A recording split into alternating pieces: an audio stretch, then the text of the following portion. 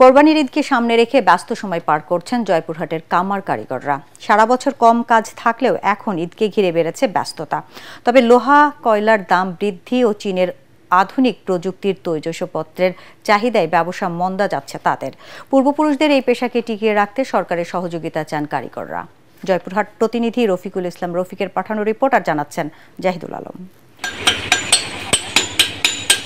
আর মাত্র কদিন পরই কোরবানির ঈদ, তাই তো ব্যস্ততা বেড়েছে জয়পুরহাটের কামারপল্লীগুলোতে।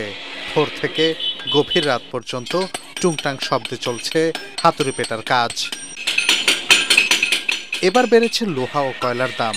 এছাড়া চীনা প্রযুক্তির আধুনিক ধারালো চকচকে ছুরি চাপাতির চাহিদা বাড়ায় কামার পাড়ায় আনাগোনা কম ক্রেতাদের।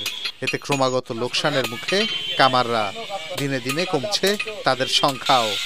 তবে সারা বছর তেমন কাজ না থাকলেও এখন ঈদকে ঘিরে দম ফেলার সময় নেই তাদের। শেষ মুহূর্তে বিক্রি বাড়বে বলে আশা কারিগরদের। সামনে কুরবানি ঈদ আসছে, এই উপলক্ষে আমরা অনেক কিছুই তৈরি করছি। চায়না মাল আসে আমাদের ব্যবসাটা মারে দিছে। লোহার দাম বেশি, কয়লার দাম বেশি, বেচার বেলা যায় দাম নাই। ঈদের সময় আলে একটু ব্যবসা হয়, তারপরে ব্যবসায় নাই।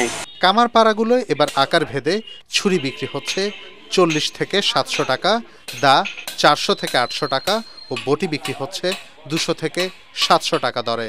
এখন তো সামনে কোরবানি ঈদ আসছে, এখন কোরবানি ঈদের জন্য প্রস্তুতি নিচ্ছি। হাসা বটি নেওয়ার জন্য আসলাম। বাজার যেটা ওটাই নিচ্ছে, আমাদের বেশি লেয়নি। কামারদের এ বিষয়ে প্রশিক্ষণ ও ঋণ সহায়তা দেওয়ার আশ্বাস জেলা বিসিক অফিসের এই কর্মকর্তার।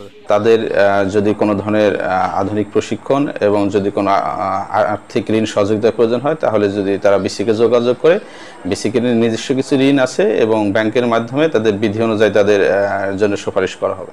একটা সময় এই জেলায় প্রায় 2000 মানুষ এই শিল্পের সাথে জড়িত ছিলেন, কিন্তু ক্রমাগত লোকসানে এই সংখ্যা কমেছে প্রায় 3 গুণ। তাই এই পেশাকে টিকিয়ে রাখতে সরকারের পৃষ্ঠপোষকতা চান এখানকার কামাররা। Bureau report, ATN Bangla.